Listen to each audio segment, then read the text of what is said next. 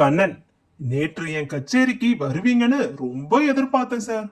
கோபி, கச்சேரிக்கு வந்து கஷ்டத்தை அனுபவிக்கணும் தான் நினைச்சேன். ஆனா அதுக்குள்ள வேற ஒரு கஷ்டம் ஒண்ணு வந்துருச்சு. தீபன், பொண்ணு கிளி மாதிரி இருப்பான்னு தரகர் சொன்னதை நம்பி கல்யாணம் பண்ணிக்கிட்டேன். ரவி, என்னாச்சு? தீபன் பேசியதையே திரும்ப திரும்ப பேசி கழுத்த அறுக்கிறா. மாறன், என்னங்க உங்க படத்துல சீனுக்கு சீன் அடிதடியா இருக்கு. முரளி, பின்ன என்னங்க, 10,000 அடியில எடுத்த படம்னு நாங்க தான் தெளிவா சொல்லிட்டோமே. கிருஷ்ணன், கொடுத்த கடன் என்னாச்சு? எனக்கு வர வர ஞாபக மறதி ஜாஸ்தி ஆகிட்டே வருது.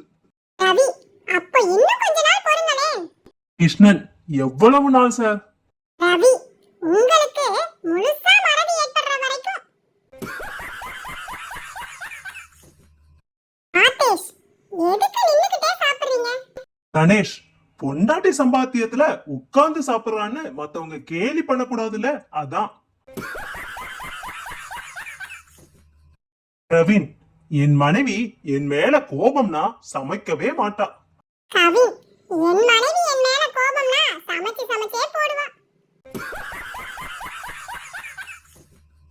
ஒருவர், என் மகன் ராஜாவா இருக்க வேண்டியவன். இன்னொருவர், எப்படி?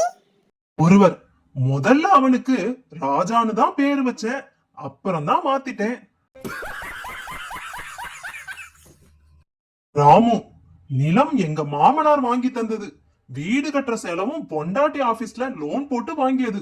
வீட்டுல இருக்கிற பொருள் எல்லாம் மச்சான் ஃபாரின்ல இருந்து அனுப்பி வச்சது. எப்படி இருக்கு என் வீடு?